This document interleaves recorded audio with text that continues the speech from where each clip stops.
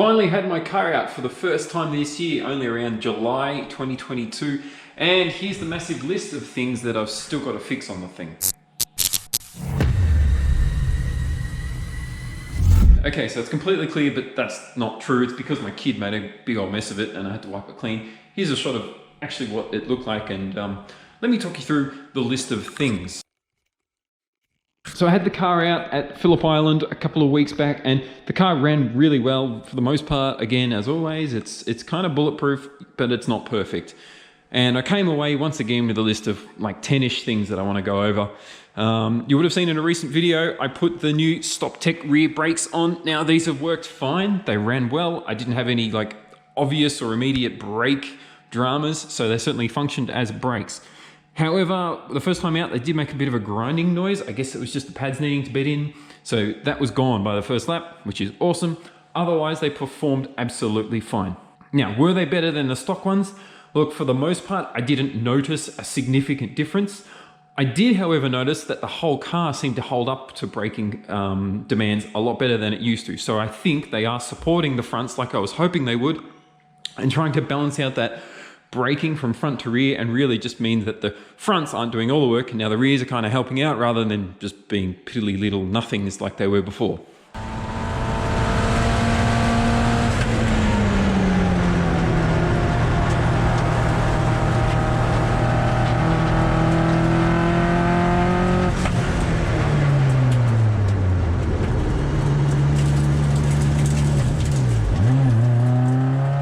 Now it still uses the factory rear rotor, however the piston size is much larger. The pads are not that big, but nonetheless you've got so much more effort happening at the back here. Like before it was one pissy little piston, now we've got two bigger ones.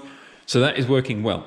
I've got the car up in the air at the moment because I want to go over that kit, make sure all the bolts are tight and make sure that the thing is not falling apart. So that's one of the reasons why the car's up in the air and the wheels are off.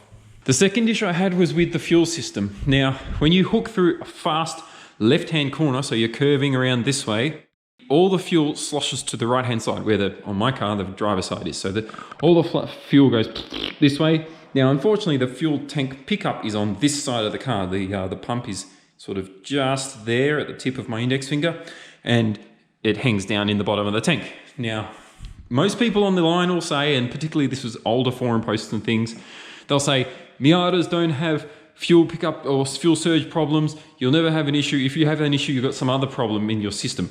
Now, I've got an upgraded fuel sock. I've cleaned it. I've replaced it. I've done everything I think I can with the stock fuel system to be able to support heavy fuel loads and heavy G loads. Now, that's with the stock tank and the stock pump, or stock position for the pump. It's obviously a DW300 Deutschwerk. Now, the reason it's not working is the car pulls a lot of G's, and all the fuel sloshes to the side. When it's below about a quarter to a third of a tank, there's not enough fuel in the bottom to keep sucking up through that sock. This car has quite high fuel demands. It's got 300-ish horsepower, E85, a big boy turbo. Well, not big boy, but big for an MX-5. It has high fuel demands. I'm struggling to get this car to be able to pull out of high-speed left-hand turns because it just has fuel surge. What that means is the pump runs dry, I get no fuel pressure to the injectors, to the engine, and I lose power.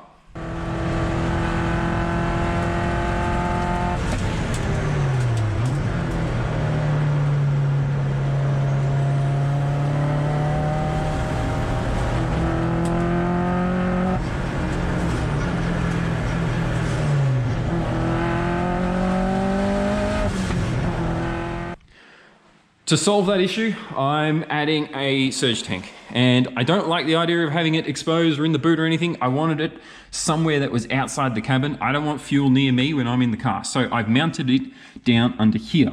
This is a Pro Surge, which is basically a rebrand for an Aussie company, but basically you can see these online. They're on Summit and stuff, on Summit Racing and things, that you can get this exact same unit.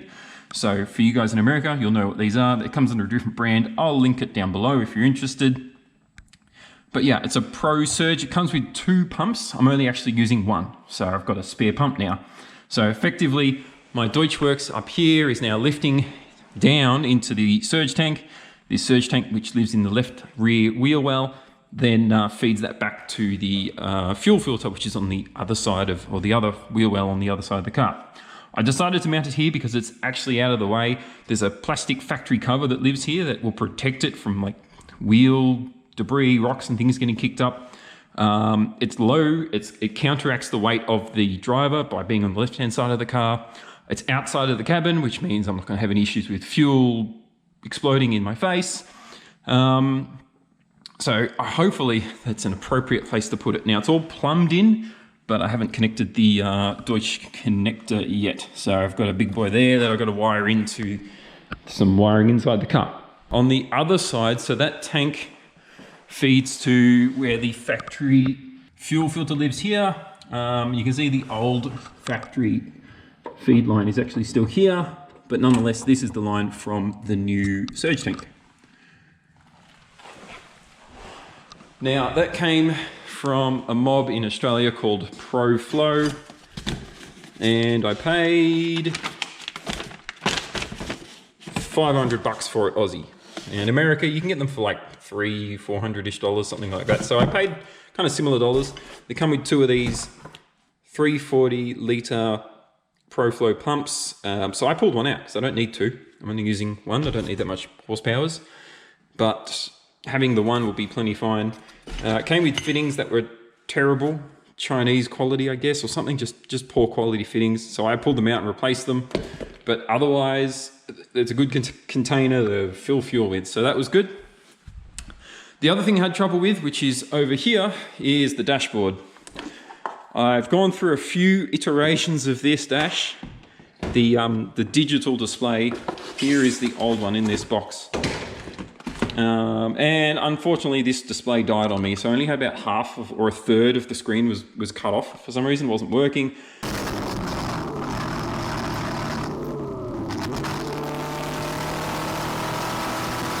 These things are just too cheap and too fragile. I've given up on them and gone with a different screen.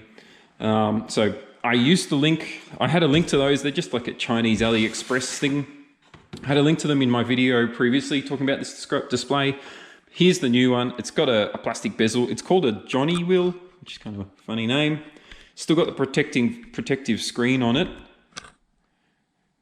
But yeah, new display. Now, because I've changed display, it's got an integrated board and stuff. I had to print a new, or 3D print a new bracket. So that red thing was a previously 3D printed bracket. This is a kind of prototype test fit one. So it's really flimsy and thin, but that was my prototype to work out how I got all my spacing and my holes right, which I mostly did. But yeah, this is very thin and weak. So I've printed a second one, which lives in under here. So you've got the display. But the big white panel is kind of like my mock-up of the factory cluster. So that's how this mounts to the factory cluster. You've got the Raspberry Pi in there with the big fan on the back, and the black bracket sort of sandwiches everything together. I've got a HDMI cable over here on the left, and then I've got two buttons. So the red button is a momentary switch to tell the Pi to shut down. So I press that before killing the power to the car. And this one is kind of a mains power to feed this stuff. So I can turn the car on, start it, crank it or whatever, and then I can flick this power on afterwards once the engine's running. So that's good. Hopefully that's fixed. Now the other thing that's kind of happening with this car is that I'm really weak and getting old, and I'm struggling to drive the thing. I've got a depowered rack in the car, which is quite a lot of work, particularly for long corners and high grip, sticky tires, aero. So I'm going to try something different, which is I've bought another box from America that was kind of expensive. A power steering kit. You might think that's really weird. Oh God, there's bolts flying out. You might think that's really weird. Why would you add power steering back into a depowered car? Well, this is electric power steering. And let me open up this bag. Come on. There we go. Comes from a place called epowersteering.com. Now, I have seen people online that have kind of built their own kits doing a bit of welding and stuff. I probably could have done that, but this thing cost, it wasn't that bad, maybe $1,000-ish. I can't remember exactly. It wasn't that bad.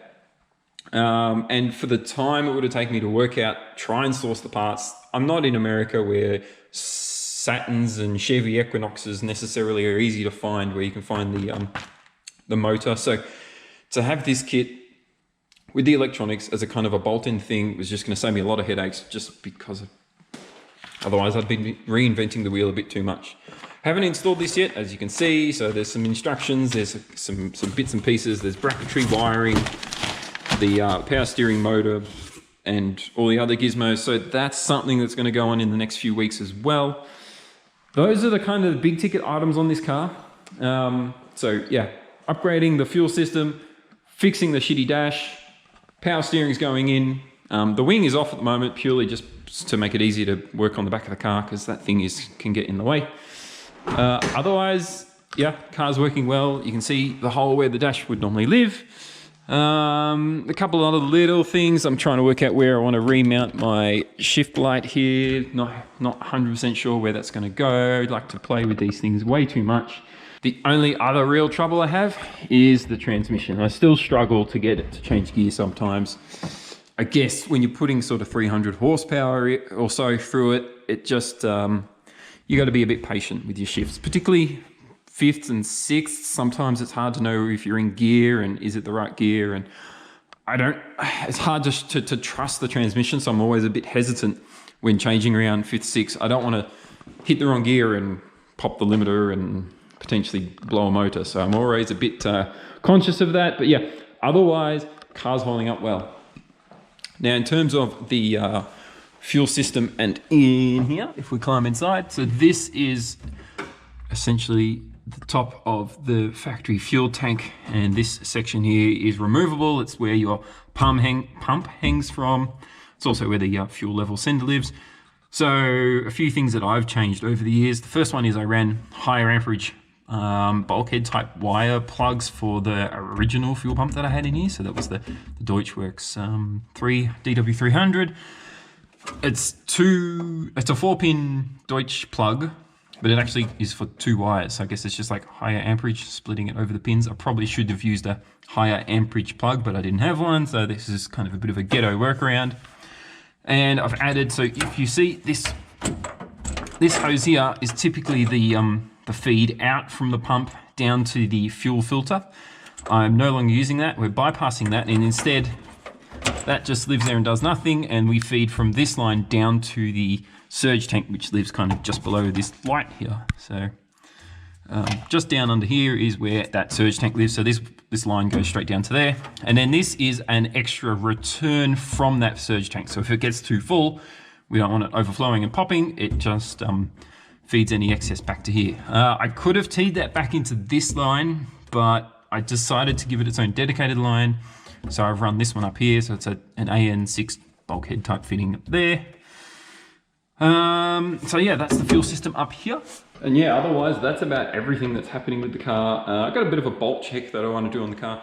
It's been out for the track for the first time in a little while. So always good to go over everything, make sure everything is all, tight, hasn't fallen apart, nothing's coming loose, etc. And also want to double check those brakes, as I mentioned. But otherwise, it's working well. Some upgrades are coming. Thanks for watching. We'll see you next time.